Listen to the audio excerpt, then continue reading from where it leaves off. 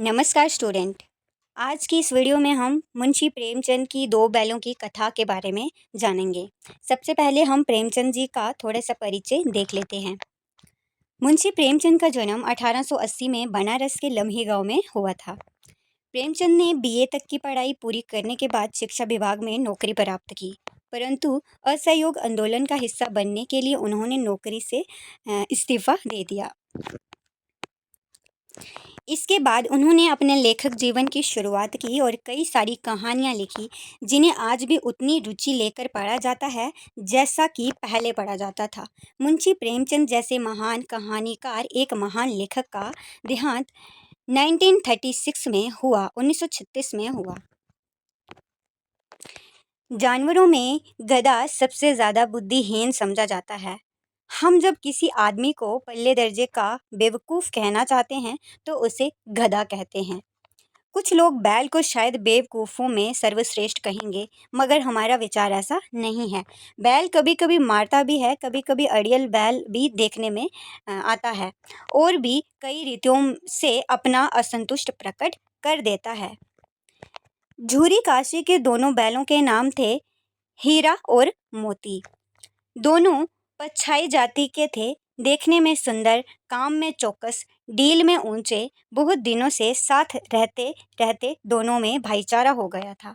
दोनों आमने सामने या आसपास बैठे हुए एक दूसरे से मूक भाषा में विचार विनिमय करते थे। एक दूसरे के मन की बात कैसे समझ जाता था हम नहीं कह सकते। अवश्य ही उनमें कोई ऐसी गुप्त शक्ति थी जिससे जीवों में श्रेष्ठता का दावा करने वाला मनुष्य वंचित है। दोनों एक दूसरे को चाट कर और सूंघ कर अपना प्रेम प्रकट करते। कभी कभी दोनों सींग भी मिला लिया करते थे, विग्रह के नाते से नहीं, केवल विनोद के भाव से, आत्मीयता के भाव से। जैसे दोस्तों में घनिष्ठता होती है, दोल धप्पा होने लगता है। इसके बिना दोस्ती कुछ फुसफुसी, कुछ हल्की सी रहती है, जिस पर ज़्यादा विश्वास नहीं किया जा सकता। जिस वक्त ये दोनों बैल हल या गाड़ी में जोत दिए जाते और गर्दन हिला हिला कर चलते, उस वक्त हर एक की यही चेष्टा होती कि ज़्यादा से ज़्यादा बोझ मेरी ही गर्दन पर रहे। दिन भर के बाद दोपहर या संध्या को दोनों खुलते तो एक दूसरे को चाट चाट कर अपनी थकान मिटा लेते।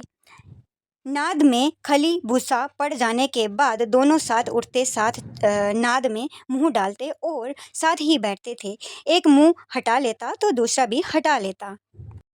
संजोग की बात, जूरी ने एक बार गोई को ससुराल भेज दिया। बैलों को क्या मालूम वे कहाँ भेजे जा रहे हैं।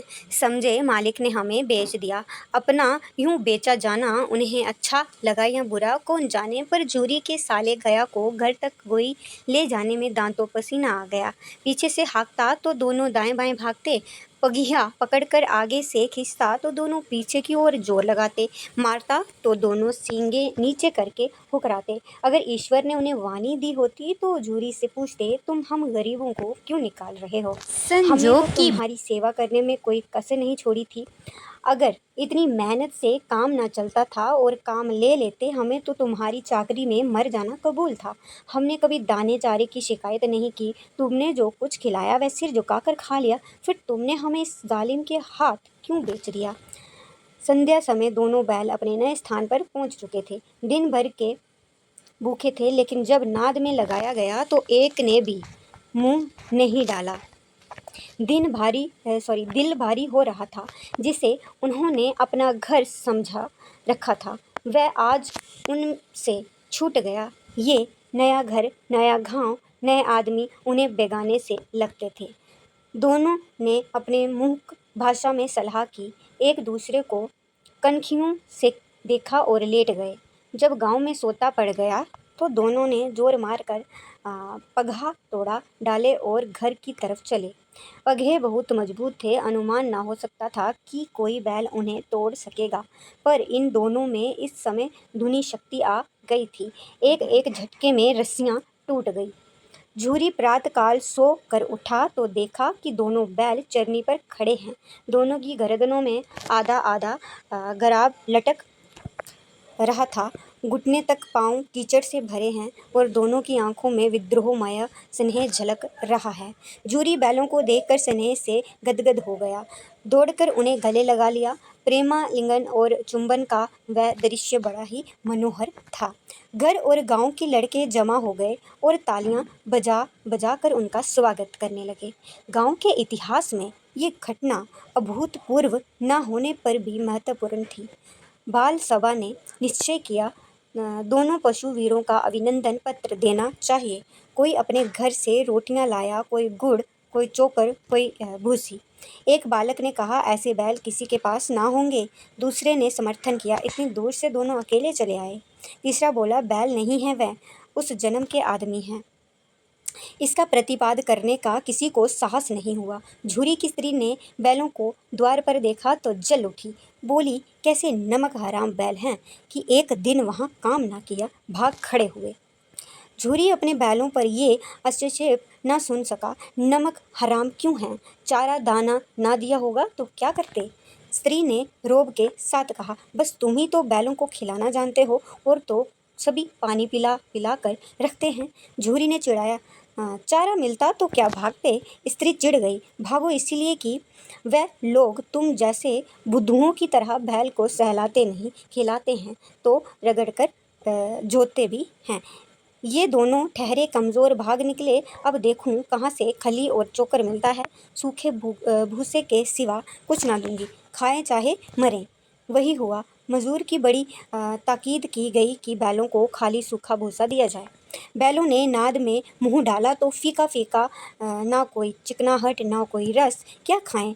आशा भरी आंखों से द्वार की ओर ताकने लगे। झूरी ने मजूर से कहा, थोड़ी सी खली क्यों नहीं डाल देता वह? मालकिन मुझे मार ही डालेगी, चुरा कर डाल आ। ना दादा, पीछे से तुम भी उन्हीं की सी कहोगे। दूसरे दिन जूरी का साला फिर आया और बैलों को ले चला। अब की उसने दोनों को गाड़ी में जोता। 2-4 बार मोती ने गाड़ी को खाई में गिराना चाहा, पर हीरा ने संभाल लिया। वह ज़्यादा सहनशील था।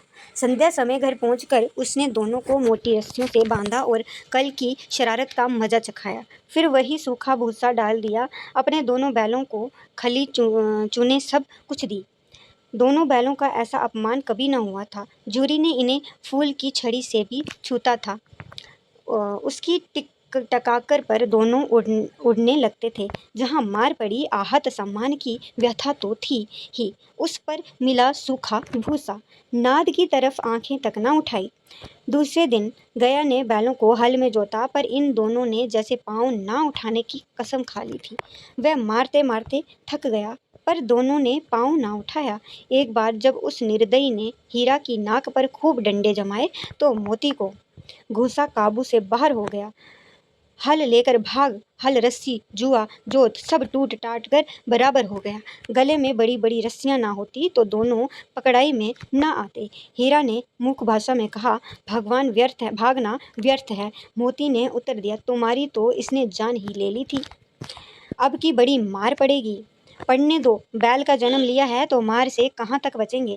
क्या 2 आदमियों के साथ दौड़ा आ रहा है? दोनों के हाथों में लाठियां हैं। मोती बोला, कहो तो दिखा दूं मजा, मैं भी लाठी लेकर आ रहा है। हीरा ने समझाया, नहीं भाई, खड़े हो जाओ, मुझे मारेंगे तो मैं 1-2 को गिरा दूंगा। नहीं, हमारी जाति का ये धर्म नहीं है। मोती दिल में अहंट कर रह गया। गया आ पहुंचा और दोनों को पकड़ कर ले चला। कुशल हुई कि उसने इस वक्त मारपीट ना की, नहीं तो मोती पलट पड़ता। उसके तेवर देख गया और उसके सहायक समझ गए कि इस वक्त टाल जाना ही बलवान साहत है। आज दोनों के सामने फिर वही सूखा भूसा लाया गया। दोनों चुपचाप खड़े रहे। घर में लोग भोजन करने लगे। उस वक्त छोटी सी लड़की 2 रोटियां लिए निकली और दोनों के मुंह में देकर चली गई। उस एक रोटी से इनकी भूख तो क्या शांत होती, पर दोनों के हृदय को मानो भोजन मिल गया। जहाँ भी किसी सज्जन का वास है। लड़की बोरों की थी, उसकी माँ मर चुकी थी। सौतेली माँ उसे मारती रहती थी, इसीलिए इन बैलों से एक प्रकार की आत्मीयता हो गई थी। दोनों दिन भर जाते, डंडे खाते, अड़ते, शाम को थान पर बांध दिए जाते और रात को वही बालिका उन्हें 2 रोटियां खिला जाती। प्रेम के इस प्रसाद की ये बरकत थी कि 2-2 गाल सूखा भूसा खाकर भी दोनों दुर्बल न होते, मगर दोनों की आंखों में रोम रोम में विद्रोह भरा हुआ था। एक दिन मोती ने मूक भाषा में कहा, अब तो नहीं सहा जाता हीरा, क्या करना चाहते हो? एकाध को सींगों पर उठाकर फेंक दूंगा, लेकिन जानते हो वह प्यारी लड़की जो हमें रोटियां खिलाती है उसी की लड़की है जो इस घर का मालिक है। ये बेचारी अनाथ हो जाएगी तो मालकिन को फेंक दूं, वही तो इस लड़की को मारती है। लेकिन औरत जात पर सींग चलाना मना है, ये भूल जाते हो। तुम तो किसी तरह निकालने की नहीं देते। बताओ, तुड़ाकर भाग चलें? हाँ, ये मैं स्वीकार करता हूँ, लेकिन इतनी मोटी रस्सी टूटेगी कैसे? इसका एक उपाय है। पहले रस्सी को थोड़ा चबा लो, फिर एक झटके में जाती है। रात को जब बालिका रोटियां खिलाकर चली गई तो दोनों रस्सियां चबने लगे, पर मोटी रस्सी मुंह में ना आती थी। बेचारे बार बार जोर लगाकर रह जाते थे। सहसा घर का द्वार खुला और वह लड़की निकली। दोनों सिर झुकाकर उसका हाथ चाटने लगे। दोनों की पूंछें खड़ी हो गई। उसने उनके माथे सहलाए और बोली, खोल देती हूँ, चुपके से भाग जाओ, नहीं तो ये लोग मार डालेंगे। आज घर में सलाह हो रही है कि इनकी नाकों में नाथ डाल दी जाएगी। उसने गराव खोल दिया, पर दोनों चुपचाप खड़े रहे। मोती ने अपनी भाषा में पूछा, अब चलते क्यों नहीं? हीरा ने कहा, चले तो, लेकिन कल इस अनाथ पर आफत आएगी, सब इसी पर संदेह करेंगे। सहसा बालिका चिल्लाई, दोनों उफा वाले बैल भागे जा रहे हैं। ओ दादा दादा, दोनों बैल भागे जा रहे हैं। ओ दादा दादा, दोनों बैल भागे जा रहे हैं, जल्दी दौड़ो। गया हड़बड़ाकर भीतर से निकला और बैलों को पकड़ने चला। वह दोनों भागे तो गया ने पीछा किया और भी तेज हुए।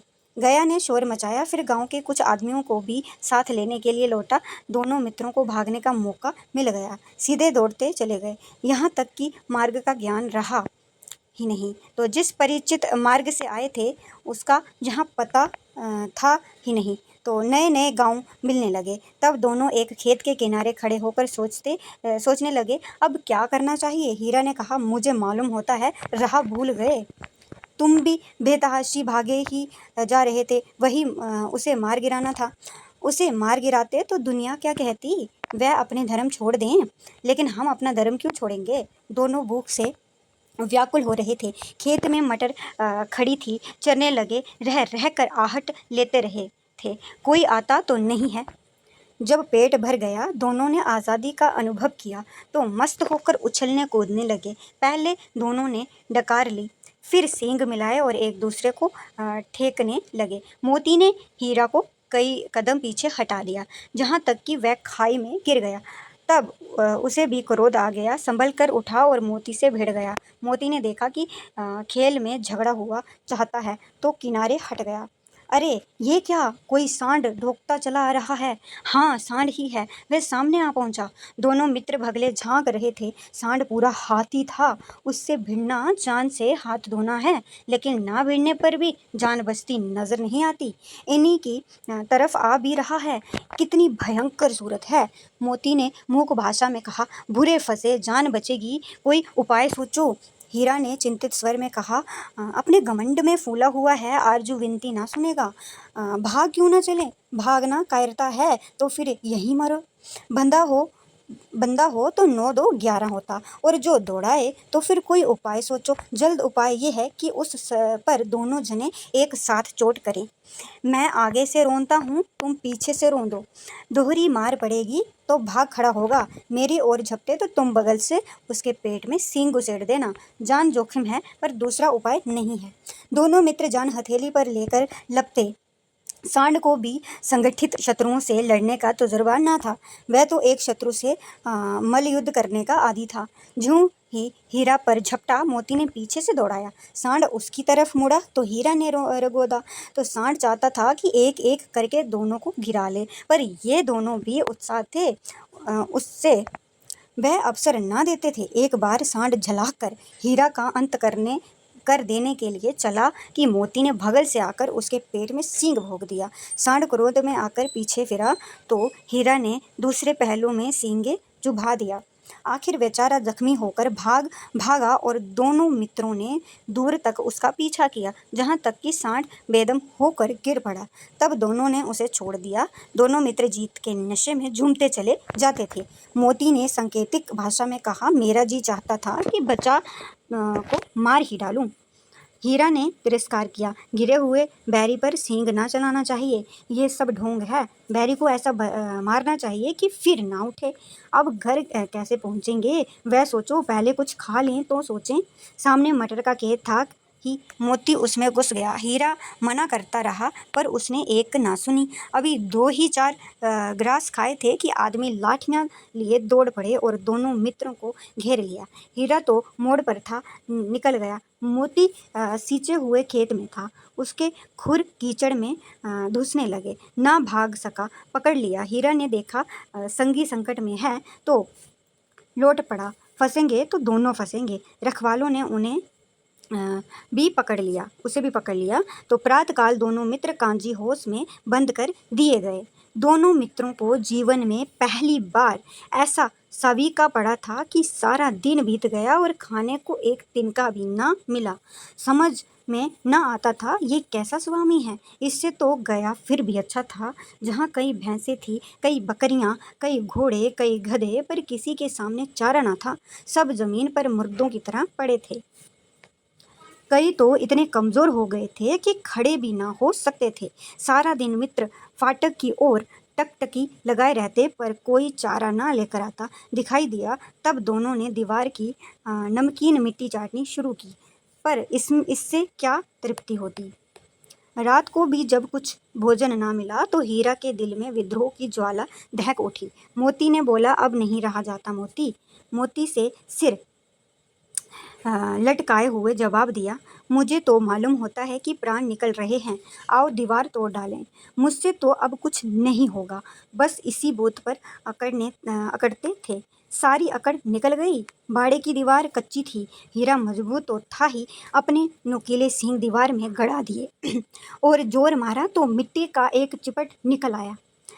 फिर तो उसका साहस बढ़ा। उसने दौड़ दौड़ कर दीवार पर चोटें की और हर चोट में थोड़ी थोड़ी मिट्टी गिरने लगी। उसी समय कांजी होश का चौकीदार लालटेन लेकर जानवरों की हाजिरी लेने आ निकला। हीरा का उद्दंड पत्र देखकर उसे कई डंडे रसीद किए और मोटी रस्सी से बांध दिया।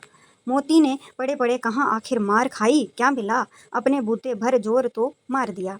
ऐसा जोर मारना किस काम का कि और बंधन में पड़ जाए। जोर तो मारता ही जाऊंगा, चाहे कितने ही बंधन पड़ जाएंगे। जान से हाथ धोना पड़ेगा। कुछ परवाह नहीं, यो भी तो मरना ही है। सोचो, दीवार खुद जाती तो कितनी जानें बच जाती।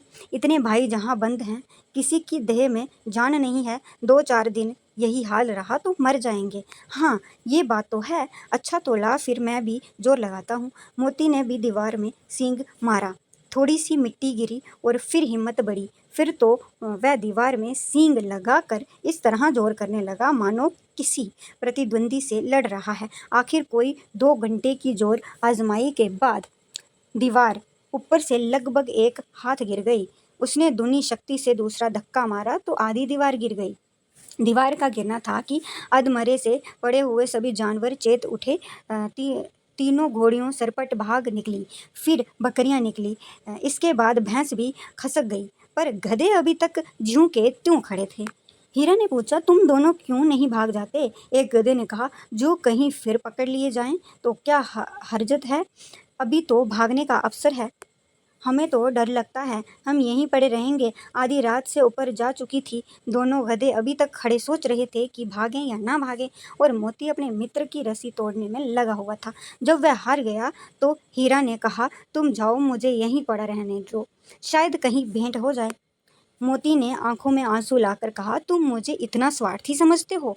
हीरा, हम और तो इतने दिनों एक साथ रहे हैं, आज तुम विपत्ति में पड़ गए हो तो मैं तुम्हें छोड़कर अलग हो जाऊं?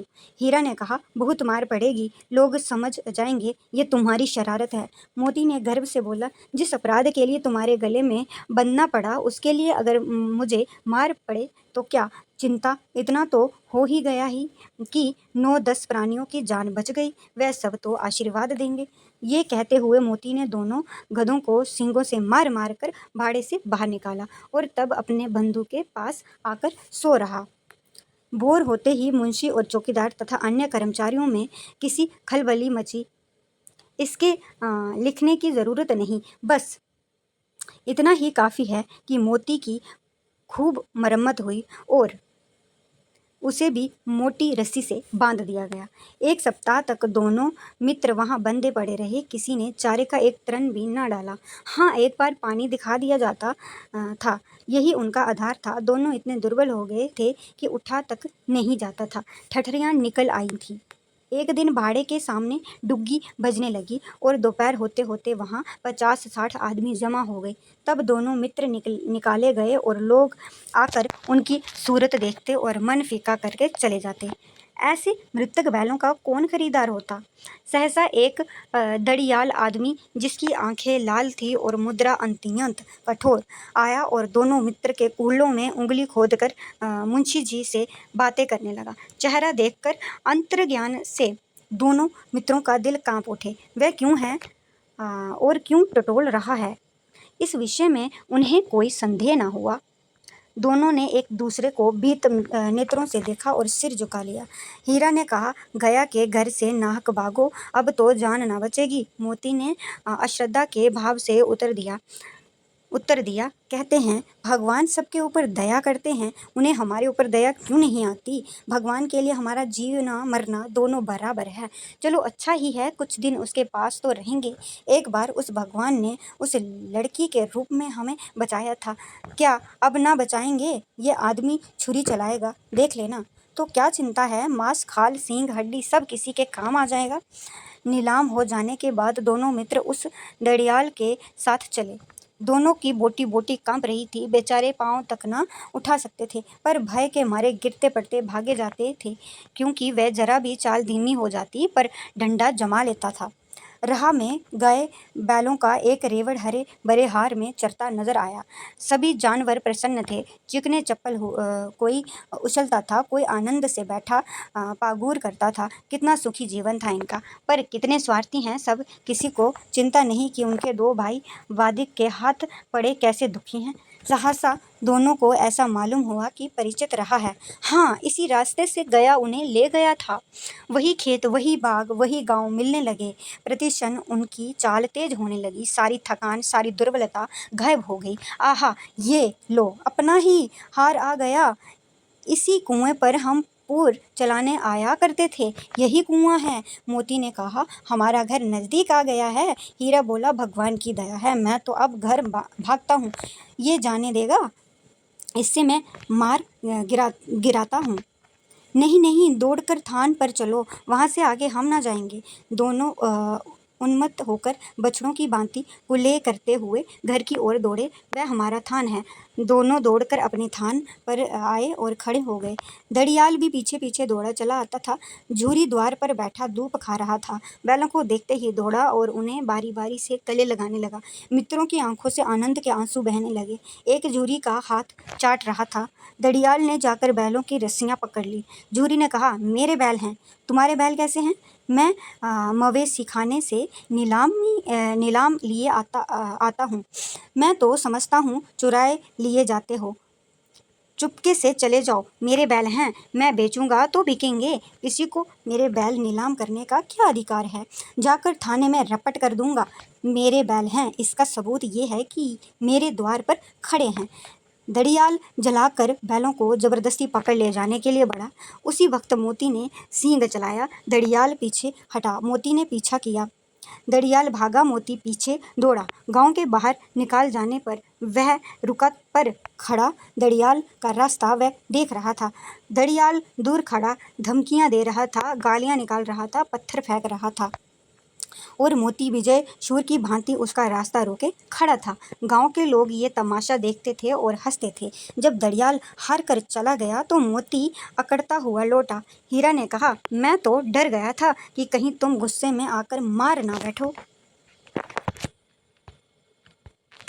अब ना आएगा, आएगा तो दूर से ही खबर लूँगा। देखो कैसे ले जाता है, जो गोली मरवा दे। मर जाऊँगा पर उसके काम ना आऊँगा। हमारी जान को कोई जान ही नहीं समझता, इसीलिए कि हम इतने सीधे हैं। ज़रा देर में नादों में खली भूसा, चोकर और दाना भर दिया गया है और दोनों मित्र खाने लगे। जूरी खड़ा दोनों को सहला रहा था, वह उनसे लिपट गया। जूरी की पत्नी भी भीतर से दौड़ी दौड़ी आई, उसने आकर दोनों बैलों के माथे चूम लिए। तो ये थी मुंशी प्रेमचंद के दो बैलों की कथा। आपको कैसी लगी कमेंट सेक्शन में ज़रूर बताना।